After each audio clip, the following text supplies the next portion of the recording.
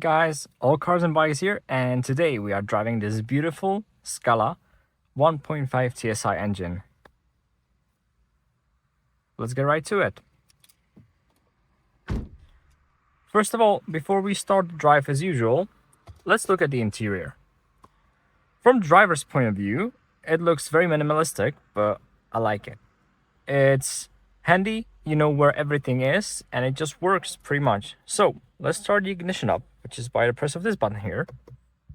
Everything is going to fire up now. Oh yeah. Okay, from the left side, here is the lights control, either turned off, automatic, headlights, or full-on LED lights, which this car has. We're gonna put it into auto mode, pretty much the best you can have it. The car is intelligent enough to tell you or to tell itself when to put on which lights. The steering wheel is the sporty one, which means it has 3 sides, unlike the Octavias, which have 2, or Superbs, unless you actually buy these 3-sided steering wheels. This is the Monte Carlo level of equipment, which means that this one has this steering wheel in basic, but if you had a style or a lower one, you'd have to buy it for 3,500 Czech crowns, which is equivalent to about 150 euros. This stick controls the blinkers, as always, as well as your ACC, so adaptive cruise control. This one doesn't have adaptive cruise control, it only has basic cruise control. Easy, turn it off, then check the speed up and down with the push of these 2 buttons. I'm gonna turn it off now, we're not gonna use that. The right side uses the wipers, front and back. This panel, the infotainment for the Skoda Scala is the Bolero one, which is the second lowest of the Skoda interiors or infotainments. This car doesn't need better infotainment. You can also put Columbus in it, which has navigation, but in this car, such as Scala, it's pretty much useless. It doesn't even fit in the car. This one fits it very nicely, and I find it easier to control thanks to its buttons and knobs. Thank you, Skoda, for controlling the AC. Let's fire the engine up. It's a 1.5 TSI, 150 horsepower, 4-cylinder engine. 6-speed manual, which is actually pretty good. First and second gears seem to be limited in terms of power from the beginning, probably because of emissions. 7-gear dual clutch is better with this engine. Let's fire up the infotainment. Let's lower the volume, and this one is easier to navigate in with radio, media, menu, phone, app as an Apple CarPlay, and car right in your touch. You don't have to go to menu as in Octavia or the Enyaq that we already reviewed and driven. You want to go to radio, easy. You want to go to your phone, easy, bam. You want to go to car data, easy, bam. That's what I like about this car, and then a leaf just flew in, so I'm gonna close my windows right here quickly.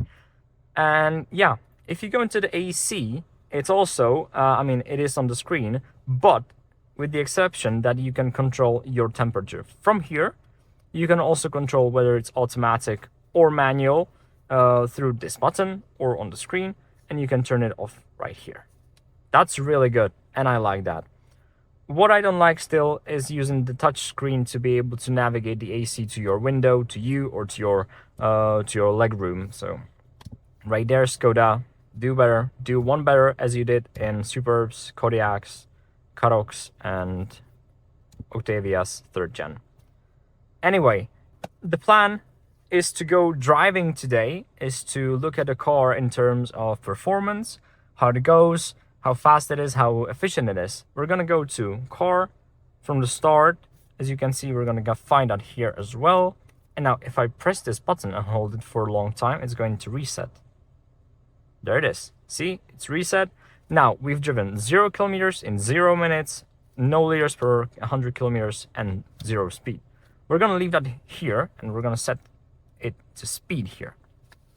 If you press this button, you can also configure the assistants in this car, which are lane assist and front assist. So as always, we're going to turn off lane assist, as in every car we did so far in Skoda cars. Turn off. I don't like it. It makes the wheel go and correct your steering basically itself. I don't like that. on the steering wheel you can also configure the heating of this wheel, so that's pretty good. It has 3 levels, and yeah, in the winter it's really good. Let me set the AC to automatic at 22 degrees, and let's start.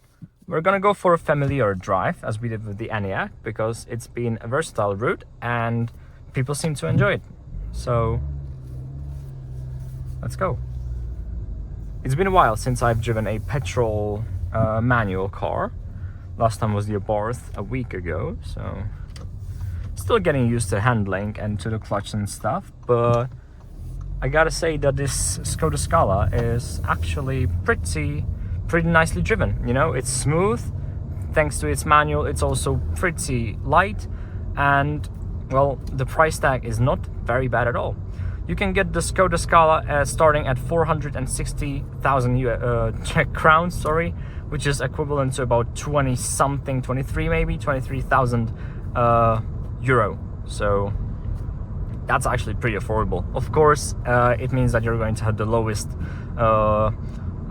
line and the slowest engine, which is the 1 liter 3-cylinder 70 kilowatts, about 95 horsepower engine with manual 5 gear.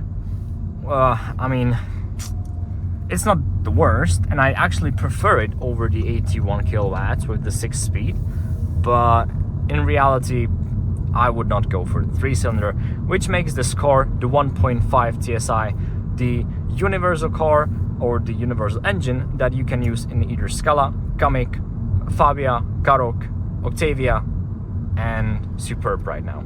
In all of these cars and all these models, the car is very good, and it just works the way it should. So yeah, in combination with the manual it is very good, but in combination with the dual clutch DSG it is much better. I'm not afraid to say that, even though it's more expensive to buy. There's the difference of 50,000 Czech crowns, again about $2,500 or 2,000 euros. But then again, you get a buck for your money. The DSG is very good. It's well configured and it just works the way it should, the way you expect it to work. You know, it shifts nicely. It doesn't keep the car at exactly low revs, so I don't know, I kind of like it. But this is very good for daily driving as well with the stick shift. Let's focus on that. The Scala is the 3rd smallest car of Skoda. Well, smallest according to the trunk capacity, which is about 420 liters. The first one, the smallest one, is Fabia, then is the Kamiq, and then this Skoda Scala. Let's talk about what you can do or what you can change in this car. The Skoda Scala is on the same platform as the Kamiq, which makes it pretty much exactly the same to handle, except of course some aerodynamics which changed from the car. Kamiq is of course a small, very small, I don't want to say SUV, but yes, and Scala is more like a long Fabia. This car doesn't come with the SCCC, which is the sport chassis control. It's actually a good thing that it doesn't come with it, because it makes the car very stiff, very not hard to drive, but it's not for daily driving basically. And you don't buy the Scala for its sportiness, really. You don't. It's not a sporty car whatsoever, to be honest. You buy it for the price and for the fact that it's a longer Fabia. I would probably be happy if you could change like the stiffness of the suspension, as we could have done that in ENIAC. But in Scala you can only get the sport chassis control, which is not good because it makes the car very stiff all the time. So here you can change the driving modes, which we're gonna do with this button, and as with the ENIAC, driving modes are going to jump up on the screen, which means Eco, Normal, Sport, and Individual. Sorry, let me put that in mode again. Eco is going to, of course, again limit your performance, your maximum RPM. Normal is going to be normal, which means basically normal. And if you put it in sport, the steering wheel is going to be more stiff, making it more precise to control. But then again, it doesn't make the suspension any stiffer, so it only works with the steering wheel. And it should make you, or it should give you more power as you press the gas pedal, than it would have as you have pressed it on normal mode. So we're gonna put it into normal again. Let's go test the suspension here, because on normal I don't think it's gonna be that good, and I can already feel that it's much stiffer and jumpier than it was on the ENIAC. I think you can feel that from my voice as well. Okay, anyway, let's go back into car mode, which is going to give us since start data. I didn't notice that wasn't checked. I'm very sorry about that. And yeah, I don't know. This car is, as I said, it's pretty good for city driving. It's very good for highway driving, but these roads are not very good with the ENIAC, with the Scala as they were in ENIAC. But I mean, that's kind of expected because it is a smaller car. It's not an SUV. It has smaller inch wheels, so basically it makes it that less comfortable to drive in these conditions. Anyway, we're approaching our 0 to 100 and 100 to 0 road, so we're gonna get to that point as we did before. I'm just gonna launch it, and then, as again, we're going to do that in sport mode, which is going to give us better, or should give us better acceleration and better reaction to the gas pedal. We're at 0 now. 0, and let's measure it to 100. Okay, ready?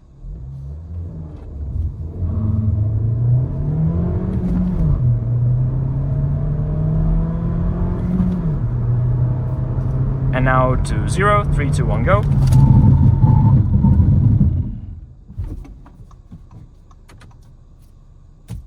I mean, that was probably not the best launch that I've ever had, but its 0 to 100 performance is not the best in the manual. As I said, first and second gear are going to limit you on power quite a lot, I'd say. Also, the clutch works in a weird way. It doesn't want to give you the full power that it would have given you, despite it being, you know, pretty much ready to handle 150 horsepower, which is more than enough. And if you compare it to the Honda Civic SI, I would easily say that the Skoda Scala is going to be left in dust. With the manual shift, the car is... I forgot that it's not automatic. But as you get through the higher gears and through higher revs, RPM, the car becomes very lively. And it just becomes good, you know? We're gonna see that again as we approach that sporty part of the drive, such as with ENIAC we did. We're going to drive through that part in this car in sport regime again. We don't have to put it into normal here because it really doesn't change much. This car is very comfortable. I used to drive the Scala I had it for about a year. I had 1.5 TSI, automatic, manual, same for the 3-cylinder, 81 kilowatts, which is the 110 horsepower. And I gotta say that the best one, of course, was the 1.5 with automatic. This one was close in second place. And then, you'll be surprised, third place would go to the 110 horsepower 3-cylinder manual engine. With the automatic gearing, you don't want to drive that car. It's sluggish, it's slow, it doesn't respond well to any of your kick down. It just doesn't want to go. The car is very slow. But anyway, I'm gonna stop talking now. Enjoy how the car goes at the higher RPM, and yeah, let's go.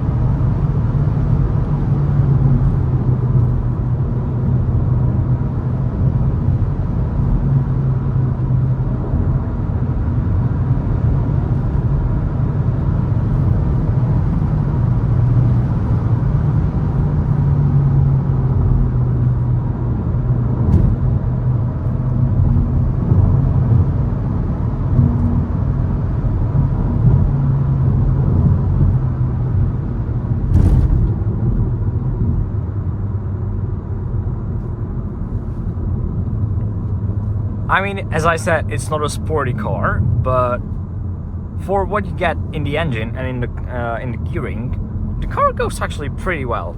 I could see myself dailying this car easily. I did for about a year, so I got used to it, and I find it very attractive for a daily driving car. easily. It's very nice to maintain. It's easy, it's cheap, and according to Skoda, you only get 3 services until 100,000 kilometers, that's good. That's very good. It would give this car an 8 out of 10 for its daily capabilities. So yeah, Skoda, thumbs up for this one. Let's try and keep it a bit low now, because we've driven the car at 100% speed pretty much right now until this part. So we're gonna keep it lower, try to go a bit more conservative. If you're considering buying a daily car from Skoda, I would definitely consider the Scala as one of your options. If you are either a young couple or a small family, you'll easily fit in this car. The trunk capacity is 421 liters, which is more than enough for either 2 or 3 people, 2 people and 1 child, to live in, and it's just more than enough. I've seen more than one families buying this car for its price, its engine, its equipment, for the money, and of course for the space. Many people are considering the Kamiq over this car, which I would not personally recommend. As I said, it's on the same platform, but Kamiq being a bit higher, as an SUV of course, it's also 10,000 crowns more expensive. It has the same engines of course, but I feel that it doesn't respond that well to this kind of driving as the Scala does. Scala sits nicely low to the ground. It just feels that you have the connection with the road that you don't have the Kamiq. The Kamiq is just too high and you can't put the seat low enough to make you feel connected to the road below you. So easily, all hands down, everything I have I would put into this car if I were to choose between Kamiq and Scala. So 100% Scala is the way to go for the money. I've dailied this car for about a year. I've got more than 25,000 kilometers on it, easy. Just on this car, well, not on this one exactly, but in Scala, easy, 30,000 kilometers. Every day, 200 kilometers there and back. And on the highway, I have to say that it's very, very good. With this engine, the 1.5 manual, you can get to about 6.5 liters 100 kilometers if you drive 130 and plus kilometers per hour. So of course maximum of 145, of course. But if you drive the dual clutch, the DSG one with the 7-speed, it actually makes the car go a bit more effective. And I'd say that you can get close to 6 liters, more like 5.5 per 100 kilometers, which is very good. For a petrol car, 1.5, it's really good. So if you're of course considering a cheap car as well, and you want petrol, you don't want diesel, go for this engine. You can also find it in the Octavia, which also includes a mild hybrid version with the DSG, which makes the car have an additional electric engine that helps the IC engine with accelerating and with consumption. This engine is really, really universal. You can pretty much put it in every car, and it's just going to drive. You can put it in Karoq, you could have put it in Kodiaq and Super before, and the engine was really, really good with that. So, yep, I like this engine. We're going to go on the highway now. Same place, same drive, same route. No one is having the lights today for some reason. It's like National No Lights Day, or I don't know. Let's put it in a second, let's see if the tires can screech as they did in Enyaq. It can also slide a bit. That's pretty nice.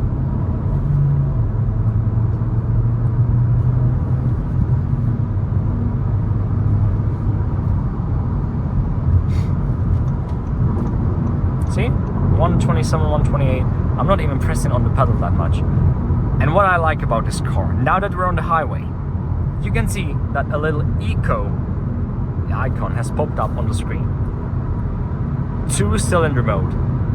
This car basically deactivates 2 cylinders, you know, to have less consumption and to just, you know, it's not going, you're not gonna feel it when you drive, because if I press on the accelerator right now, it's going to engage the 2 cylinders, so it's going to be a 4-cylinder again. But as I'm holding the speed right now, it actively changes the 4-cylinder or 2-cylinder version, and it just makes me use less fuel, which means that I can drive more kilometers with it. That's really good. Again, Skoda, thumbs up for this idea. It's very good and it works perfectly. As you can see, 2-cylinder mode 4.4 at 124, which is really good. Right now into the hill, it's going to turn itself off once I step on that gas. You saw that. I'm going to also downshift to 5th. Maybe let's keep it in 6th. Actually, we don't have to speed very much today. And yeah.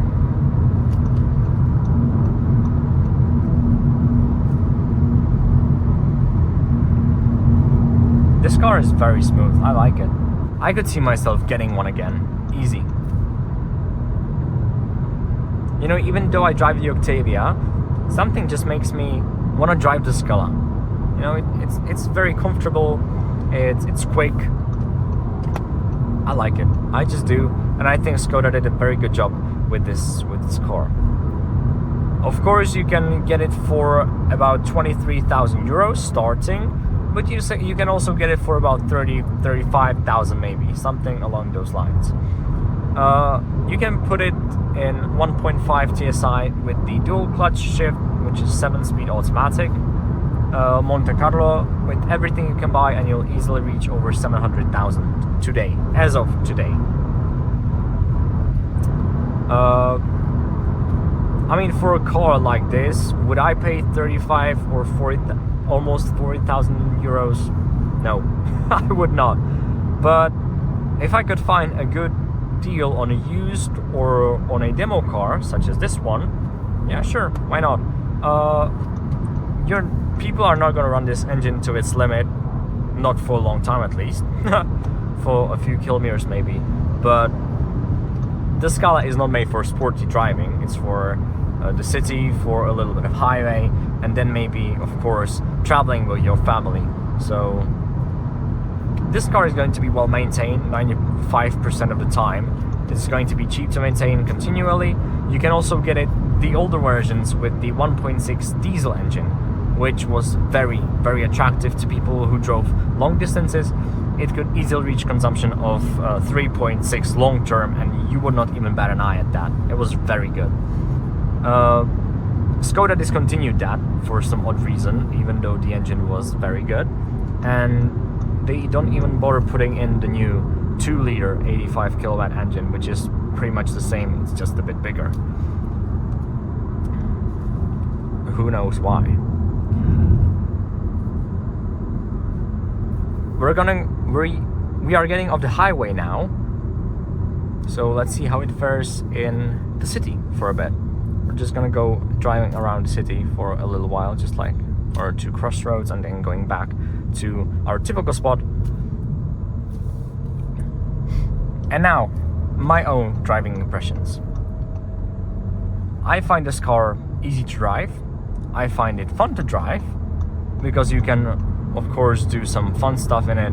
Not, you know, it's not made for it, of course, but thanks to its weight redistribution and the fact that it sits so low to the ground, easily made to a daily fun car.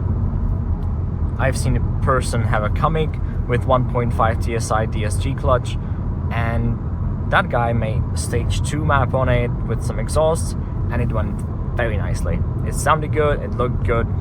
So yes, if you have the money to buy this car and then remap it, sure, go for it. And it's not going to be embarrassing, even though it's a Skoda. It's just going to look good and sound good.